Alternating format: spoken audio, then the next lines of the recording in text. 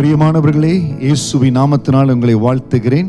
மத்தேயு 6வது அதிகாரம் 33வது வசனம், முதலாவது தேவனுடைய ராஜ்யத்தையும் அவருடைய நீதியும் தேடுங்கள், அப்பொழுது இவைகளெல்லாம் உங்களுக்கு கூட கொடுக்கப்படும்.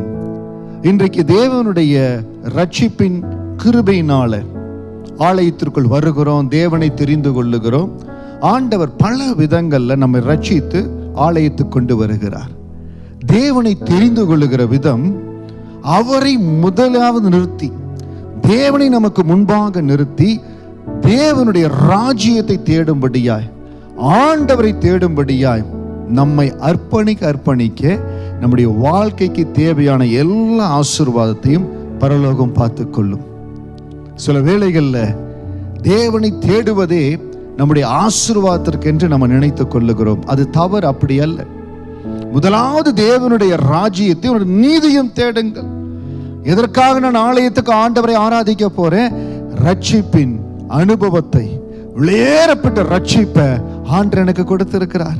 அவரை துதிக்கும்படியாய் போறேன், என் தேவனை ஆராதிக்கும்படியாய் போறேன், அவரோடு இருக்கிற அந்த ஐக்கியத்தில் பந்தியில கலந்து கொள்ளும்படியாய், அவரோடு இருக்கிற உறவில் என்னை புதுப்பித்துக் கொள்ளும்படியாய், பலப்படும்படியாய் போறேன், விசுவாசத்துல வளரும்படியாய் போறேன், வசனத்தின் ஆழங்களுக்கு செல்லும்படியாய் நான் போறேன். அதை முக்கியத்துவப்படுத்தி தேவனை பின்பற்றுவதில், தேவனை ஆராதிப்பில், தேவனை தேடுவதில் உங்கள் இருதயம் அதிகமாய் வாஞ்சிக்குமே ஆனால் உங்கள் தேவைகளை தேவன் பார்த்து கொள்ளுவார். உங்கள் ஆசீர்வாதங்களை தேவன் பார்த்து கொள்ளுவார். நம்ம மேல கரிசனையா இருக்கிறார். நம்ம ஒவ்வொருவர் மேலேயும் ஒரு உன்னத நோக்கத்தை ஆண்டவர் வைத்து இருக்கார். அந்த ஆண்டவரை தேடும்படியா, ஆண்டவர் கொடுத்திருக்கிற இந்த அற்புதமான வாழ்க்கையை தேவனுக்காய் பிரயோஜனப்படுத்தும்படியா நீங்க முயற்சி செய்கிற பொழுது பரலோகம் உங்களுக்கான எல்லா தேவைகளை சந்திக்கும். முதலாவது தேவனுடைய ராஜ்யத்தையும் அவர் நீதியும் தேடுங்க. ஒருவேளை இன்றைக்கு ஆண்டவரை ஆசீர்வாதத்துக்காக மட்டும்தான் தேடுறேன்னு சொல்லி அவருடைய அன்பை, அவருடைய கிருபையை, சிலுவை தியாகத்தை மேன்மைப்படுத்தாதபடி, கர்த்தருக்கென்று எதுவுமே செய்யாதபடி, எப்பொழுதுமே ஆண்டரே எனக்கு கொடுத்துட்டு இருக்கணும், ஒருவேளை அப்படிப்பட்ட ஒரு வாழ்க்கையில் இருப்பீர்கள் என்றால் தேவ சமூகத்தில் ஒப்பு கொடுத்து, ஆண்டவரே என்னால முடிந்ததை உங்க ராஜ்யத்துக்காக செய்வேன், என்னால முடிந்ததை உங்களுக்காக கொடுத்த உங்க ஊழிய கட்டப்படும்படியா ஊழியத்தை தாங்குவேன், இருக்கிற சபையில அந்த சபையை தாங்கும்படியா, ஊழியரோடு துணை நிற்கும்படியா, தேவனுடைய ராஜ்யத்தை கட்டும்படியா உங்களை ஒப்பு கொடுத்து பாருங்க.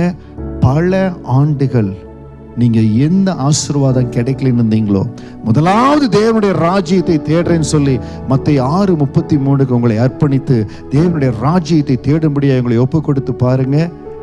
இதுவரை பல ஆண்டுகள் நீங்கள் தேடியும் கிடைக்காத ஆசீர்வாதம் உங்களை தேடி வரும். இது தேவ ரகசியம். ஆசீர்வாதம் உங்களை தேடி வரும். கர்த்தர் உங்கள் கரத்துல கொண்டு வந்து கொடுப்பார், ஆசீர்வதிப்பார். தேவனை தேடுங்க, தேவனுடைய ராஜ்யத்துக்கு பிரயோஜனமான பாத்திரங்களாய் மாறுங்க. பெரிய காரியங்களை கர்த்தர் உங்க வாழ்க்கையில செய்வார். God bless you.